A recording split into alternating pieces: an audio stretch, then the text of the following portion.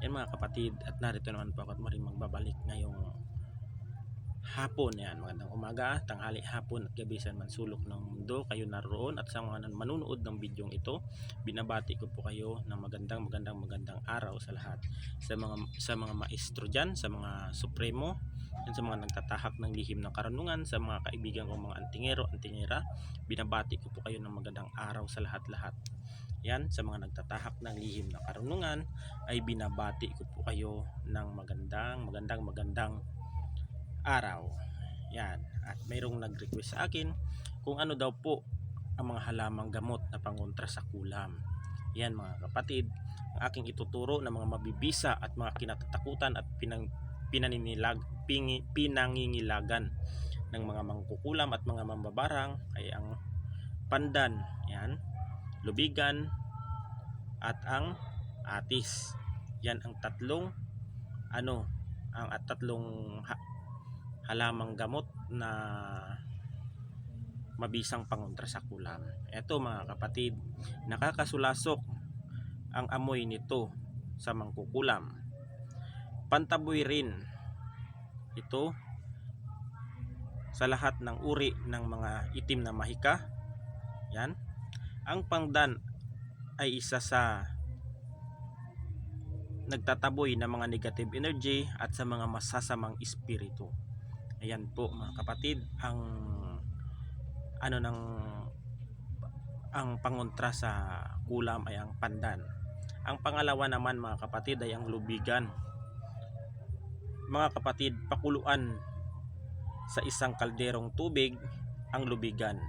Uminom ng isang baso at ang natira nito ay maaaring ihalo sa tubig na ipangpapaligo para ma-wash out at ma-cleanse ang lahat ng mga itim na mahika na ikinarga ng mga mangkukulam o mambabarang sa inyong buong katawan at ma-cleanse ang inyong espiritual. Yan. Ito naman ang pangatlo mga kapatid ay ang dahon ng atis. Magdala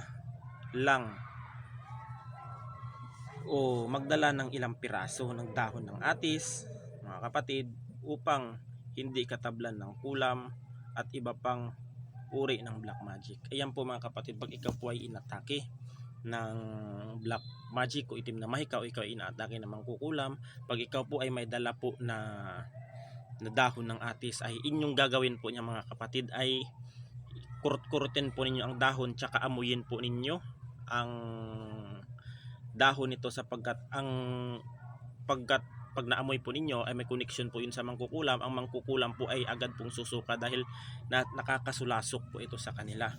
Ang dahon ng atis mga kapatid. Yan ang tatlong halaman na kinatatakutan at pinangingilagan ng mga mangkukulam. Kahit ang mga babaylan na gumagamit ng kaliwa ay kahit paamuyin mo nyo lang sila nito ng tatlong itinuro ko sa inyo ay hindi sila kahit paamuyin mo ang mga gumagawa ng mga kulam o pagmalaman ng mga mangkukulam o mababarang o may mga lubigan, atis at pandan, dahon ng pandan China, ay nangingilag ito sa mga kapatid, nakakasulasok ito sa kanila. Ayan ang mga dyan, ayan yung mga katotohanan dyan mga kapatid. Pag meron ka ng ganyan, pwede rin yang gawin, ihaluin nyo silang tatlo, yan, ipakuluan ninyo at isuob ninyo sa inyong katawan para mawala po ang kulam sa inyong katawan na ikinarga ng mga mangkukulam, babarang mawawasak po at malulusaw po ang mga ikinarga sa inyong katawan, dahil yan po ay napaka po ng halamang gamot na yan. Yan po ay subok na yan, at subok ko na po yung ginagamit sa mga taong aking pasyente na ginagamot. Yan po ang aking mga pamamaraan. Yan, sabay may matutunan kayo sa aking bidyong ito. Ayan, kung sa mga nabiktima ng mga itim na mahika ay gawin lamang po ninyo ang aking mga sumusunod na ito. Sa mga naniniwala lang po, sa mga hindi po naniniwala ay hindi po namin kayo pinapilit, at respeto lamang po yan. At bago ko po yan ibinahagi sa inyo ay naranasan ko na po yan mga kapatid. Na, ano rin po, bago ko po ibinahagi sa inyo, ay inano ko po yan mga kapatid, parang isinubok ko rin sa aking mga pasyente o sa aking sarili kung dahil ako na biktima din dati, ay subok po mga kapatid. Ako po yung mga kapatid, hindi po ako nagbabahagi ng aking mga kaalaman nang hindi ko napatunayan sa aking sarili at sa aking mga pasyente. Kapag alam kong improve at may nakita akong kunting epektibo sa aking panggagamot kasama ang mga halamang gamot na aking ibinabahagi sa inyo, ay gawin ninyo sa mga naniniwala lamang po.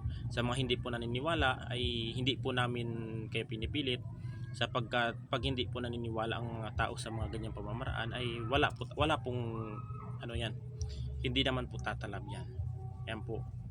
Yan sa mga manonood dito, maraming salamat. Yan. Naway patuloy po ninyo akong suportahan sa aking YouTube channel. Ayan.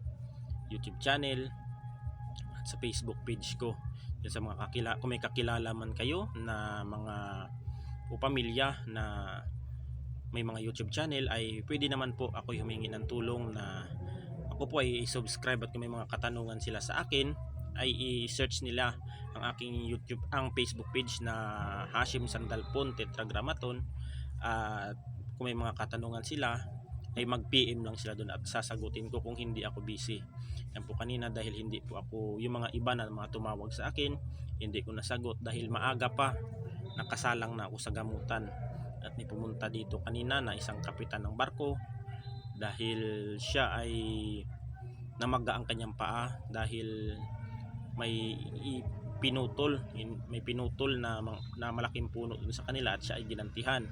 At may mga dalawang client kanina na taga Boracay na ano mga kapatid, na pumunta dito at nagpa-reading sa akin, at successful naman, at puro naman mga positive ang mga lumabas sa baraha. At sa nagpagamot ito kanina at nagpapulso ng kanyang kamay, physical naman ang sakit, at pinadala ko sa doktor. At pag ang doktor talaga ang malalaman sa pulso, ay sa doktor ko po pinapadala ang aking mga pasyente, sapagkat di ko pwedeng pakialaman yan dahil pang doktor po yan mga kapatid. Ayan lang ang aking mga masasabi. Yan sa mga hindi ko masagot ang inyong mga message o tawag ninyo, ay pagpasensyahan niyo ako, at pag may oras ako ay mga kapatid, sasagutin natin yan. Ayan, hanggang dito lang po, at God bless.